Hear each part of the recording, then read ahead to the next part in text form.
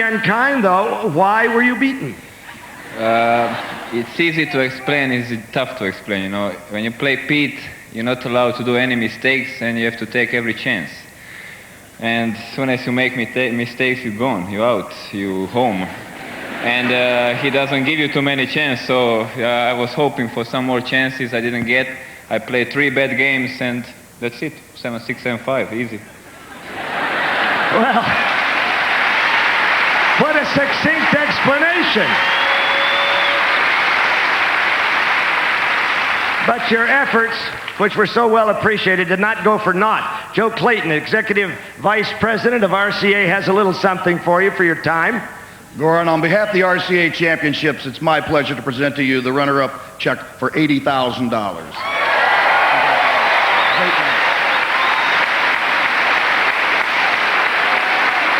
All right.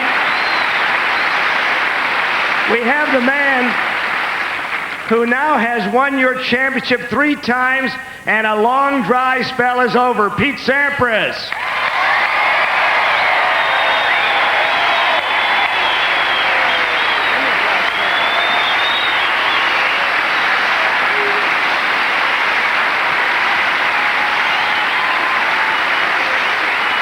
This is Pete's 5th title of the year, but the first since April, your longest dry spell. How is Pete Sampras going now? A lot better, I guess.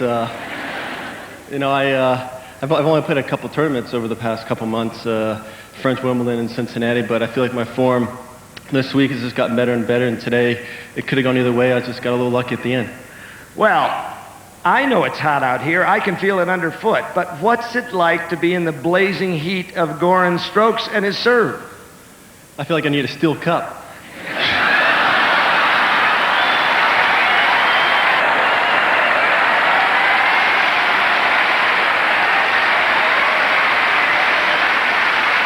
But when you play Goran, his serve is the biggest serve I've ever played against. I mean, when he's hitting the corners at that speed, 125, 130, there's nothing you can do. You just hope that he misses a couple.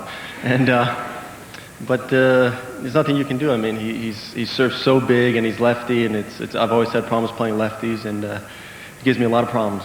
Were you worried? You had broken him, he had broken himself from 40-love in that 7th game. He comes right back with rifling backhands and breaks you. You're all even again. Did you think it might slip away? I felt that was my chance, and I kind of let it slip away, but I played I really played some good tennis at 5. I'll hit some good shots, and he hit the big double fault, and that's really the difference. It's just a couple points here and there, and I just got him today.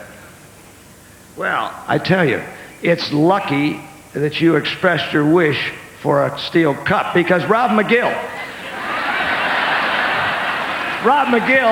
the chairman of this championship, just happens to have something of that nature for you, Pete.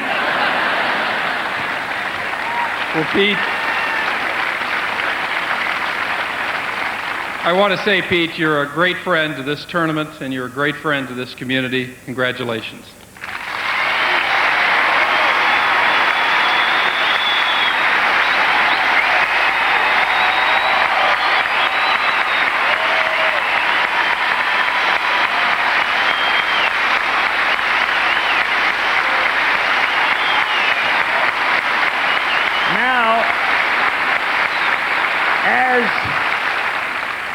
Joe Clayton reappears, and he has something more for the #1 player in the world. But over 1,000 volunteers helped make the RCA Championships the players' favorite tennis tournament in the world. So on behalf of all of us and our RCA mascot Nipper here, Pete, your check for $150,000. Congratulations.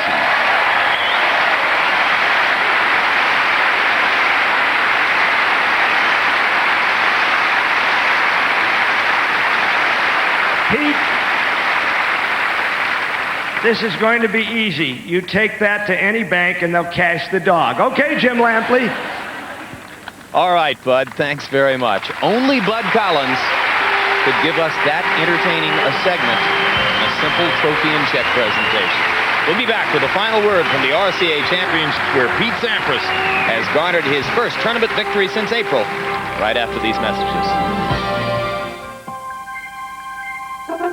This NBC Sports Special is brought to you by RCA, changing entertainment again.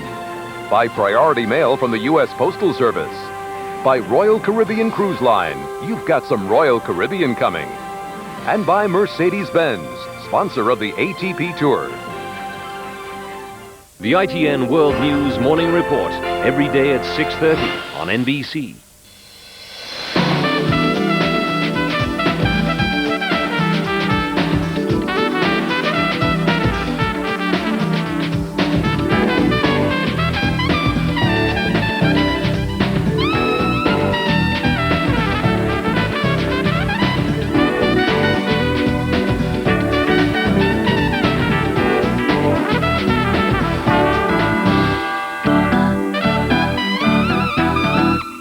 Monday on Dateline NBC. For generations, the Greenbrier Hotel in West Virginia has been one of America's top resorts. But during the Cold War, it housed a secret bunker where members of Congress and government could go in the event of nuclear war.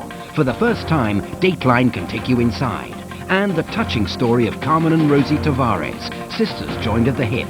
The parents must now take courage for the operation that will separate their daughters. Dateline NBC, Monday at 20:30 on NBC, where the stars come out at night.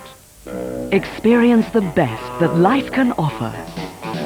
Exotic locations, expensive tastes, fine wine, exquisite food, fast cars, fast living, in a galaxy of the rich, famous and very successful. Join Fiona Armstrong for Executive Lifestyles, Fridays and Saturdays at 20:30 on NBC, where the stars come out at night. First set from Goran Ivanisevic in a tiebreak, and then in a colorful second set, came back from having surrendered a chance to serve for the set and gathered himself for one more big charge and finally put away Goran Ivanisevic 7-5 in the second. Bud Collins for Pete Sampras, a big victory, looking back at what has already happened to him this year and looking ahead to the U.S. Open in 2 weeks. Well, that magnificent half volley that I thought until I saw it again that he might have somehow hit the court with the ball like a ping pong serve, but Pete slowly is getting back to what he considers normal. The tragedy in his life of Tim Gullickson will never vanish, but he knows that Tim would want him to go on and to play the kind of tennis that they both know he's capable of. So he goes into Flushing Meadow with a victory at last, and he is the favorite as he goes in to repeat.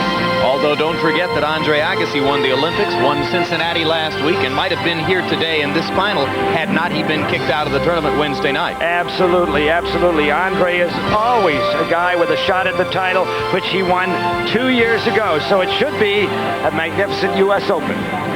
And one more look at Pete Sampras hoisting the trophy aloft and hosting Nipper aloft as well after his big victory today. Next weekend, NBC Sports presents the Toshiba Tennis Classic. Arantxa Sanchez-Vicario, Conchita Martinez, Gabriela Sabatini, just a few of the top women's players scheduled to compete. That's the Toshiba Tennis Classic next Saturday here on NBC. Tonight, tracking down an accused Nazi war criminal on Dateline Sunday, and it's must-see TV with Third Rock from the Sun and an all-new Boston Common in their Sunday night time slots right after Dateline Sunday tonight on NBC. For Bud Collins, I'm Jim Lampley. So long from Indianapolis.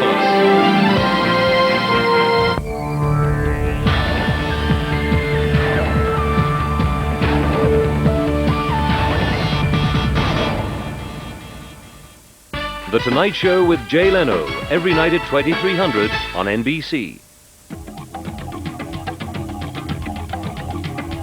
The 1996 Kenwood Cup report is in association with Kenwood.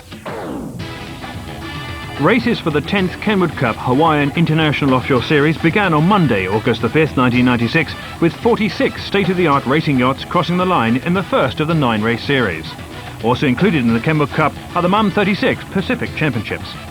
Opening day featured 2 12-mile windward-leeward courses off Waikiki, as did the second day of racing. Sayonara, a 79-foot maxi yacht owned by Larry Ellison and racing for the US, was first across the line in 3 of the 4 windward-leeward races, moving his USA white team into the first place position for the Kenwood Cup team trophy.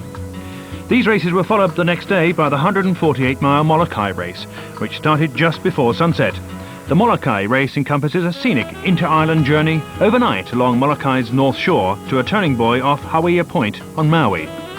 The normally boisterous trade winds were unusually mild, making for slower than usual finishes. But once again it was sayonara crossing the line at 9:38 a.m. with first overall, with the Euro team Mum 36 Georgia winning on handicap. But once the handicap rule was applied to the smaller boats, they moved up the fleet, with Infinity, a 49-footer owned by John Thompson of the US, moving into first overall. A broken forestay aboard Harry Dodson's Mum 36 Georgia Express cost the New Zealand crew dearly in the second windward lead.